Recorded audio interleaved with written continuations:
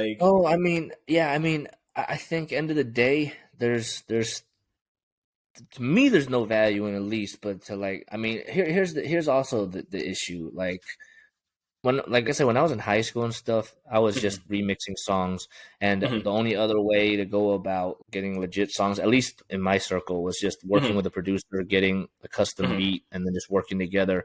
Leases mhm. weren't really that much of a thing at that Back time. then, yeah.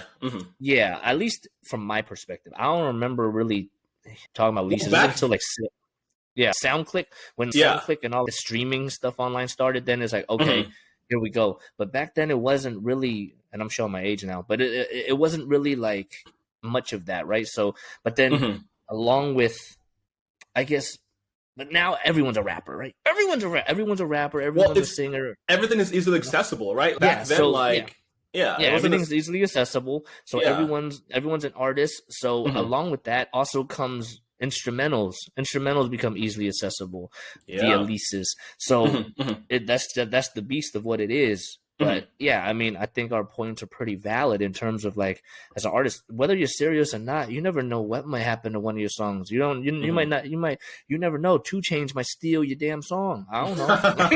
So you never know, you know. Yeah. So if I just feel like, I mean, maybe it's just growth. I mean, people that are younger, maybe the lease is cool, but at this point, you know, I'm not trying to make 5 songs in a week. You know, I'm trying to Yeah. make maybe one a month or something like that. And if I do Mhm, that, you know, I want to make sure it's the best I can make, mhm. and that I own everything, because you never know.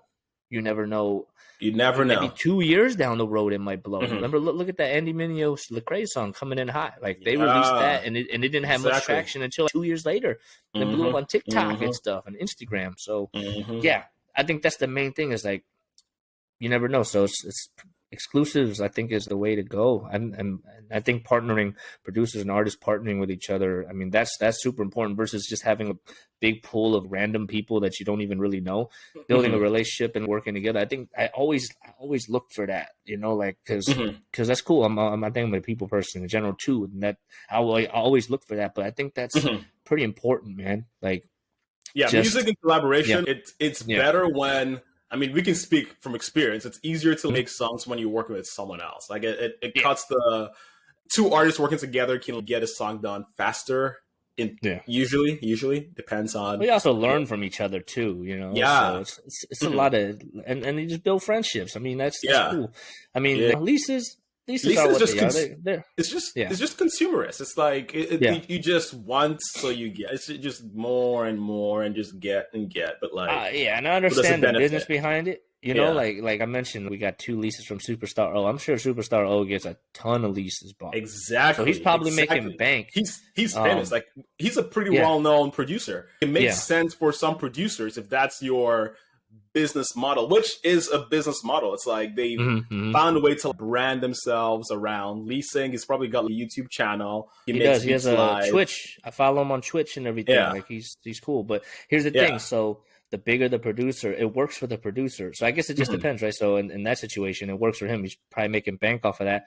But It how works many for big artists are producers. using the same beats? How many artists on Spotify Yep. and Apple Yep. Music releasing a single? It's the same beat, you Yeah. I know? mean, and technically, like, depending on how good, I mean, because artists, like, if you're creative enough, you can flip a beat to make it sound different. The thing Hmm. with music, it's, you don't, when you buy a beat, you don't have to use it as is. Like, if you're, I mean, I'm a producer, so Well, like whenever I buy, if you lease it, you can tweak it and you won't get in trouble for it.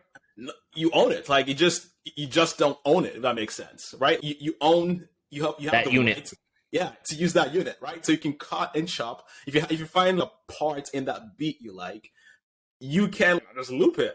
Except if the contract says you can't, then like, why would you even lease it? They Why just would you yeah. even lease the beat if they say you can't do anything to it?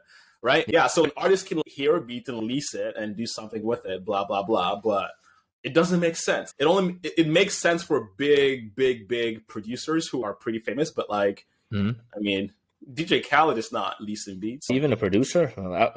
I don't know. I don't know. I guess I don't know. I don't know. Maybe he's not. I think he's I think a he's more. producer, but not like beat maker. If that makes He's a sense. middle person. I think he just puts Yeah. artists and producers together and kind of puts. Zaytoven? Does Zaytoven lease beats? I feel like he did back in the day. You know who? You know. Okay. Final.